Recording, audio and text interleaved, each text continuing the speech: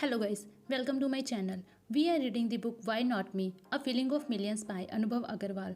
I already uploaded the 13th chapter of this book. Click on the I button and watch it. This is the 14th chapter of our series, so let's start. College, a new day. We were done with our 12th boards and had graduated from school. We all had just one question in our minds: what to do now? All that had happened almost 2 years ago had distracted me from my studies. All I ever thought about was Zoya. I was walking where the crowd walked, doing what I was told to do. All my friends had plans regarding their future, what they wanted to study, where they wanted to go to college. Some had even started applying for various colleges around the country. A few were even going abroad, and I had no idea what I wanted to do. I got a reality check when I saw all my friends moving forward with their lives, and I thought to myself, keeping my love for Zoya aside, do I want my career to suffer? No, I will think of something. I promised myself that I would no longer let my studies or my career suffer, but I still wouldn't give up hope for Zoya.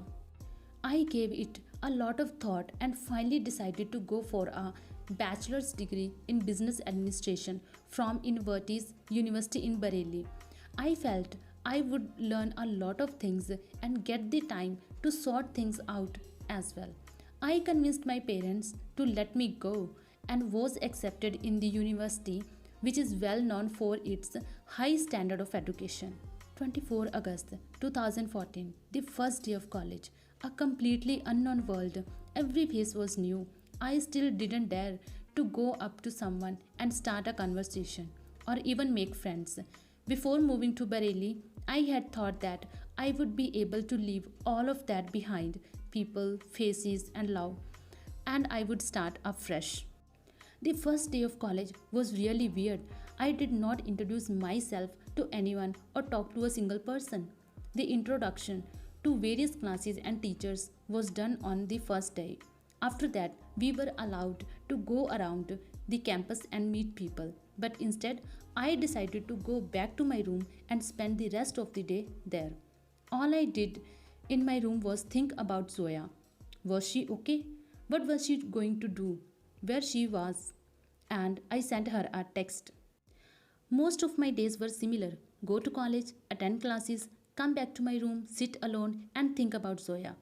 Then one day, I remembered the promise I had made to myself before coming to Bareilly. I decided that I had to fix things and focus on improving myself. Sometimes the thought of giving someone else a chance would cross my mind. How long would I stay like this? How long would this go on? How long would I wait for Zoya? There always comes a time in life when you are tired of everything. You don't want to hope because you know that you will end up being hurt. I was confused about whether I should wait for Zoya or let her go. Usually, college is a new beginning for people, the opportunity to meet new people, make new friends. It is supposed to be a happy time, but memories of Zoya crying would wake me up in the middle of the night. I had this huge emotional baggage which wasn't easy to let go. Zoya had completed her school. She had always wanted to be a doctor because that was the dream her father had for her. Now that he was not with her, Zoya was determined to fulfill his dream. She wanted to get into Akash Institute. Simran told me that she had been spending her days and nights preparing for the entrance exam. She was working hard because the institute would open the doors of many medical colleges for her. I asked Simran 1,000 times to let me talk to her, but she couldn't. Zoya wasn't ready to talk to me. I wondered what could have happened to turn her heart so cold towards me.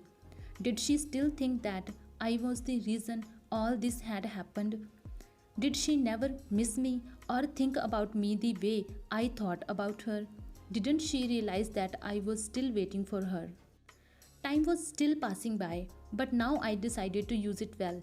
I started making friends and made 5 of them eventually.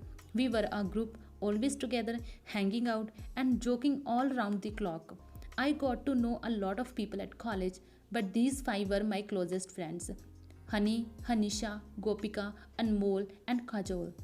Apart from them, I had a best friend who was in a different section, Pavni. Pavni and I made friends within a month of college starting. She was just like me, but very short. I am 5 feet 10 inches and she was just 4 feet 5 inches, or maybe even shorter than that.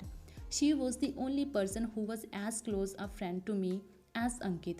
I trusted her completely. Even though we meet only during the break, we still managed to have a lot of fun together.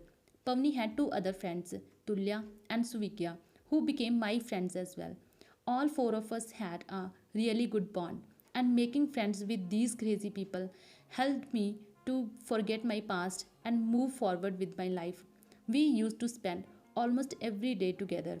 Even during the weekends, we would meet to talk and chill. I always wondered why it was that these people gave me so much importance, but Zoya never gave me even a little bit of attention or even care. Leaving attention aside, she could not be a good friend to me either. So, this is the 14th chapter of the book. I will upload the next chapter soon. Hope you guys enjoyed the video. If you liked, then let me know in the comment section below. Hit the like button and subscribe to my channel. I'll see you in the next video. Till then, goodbye.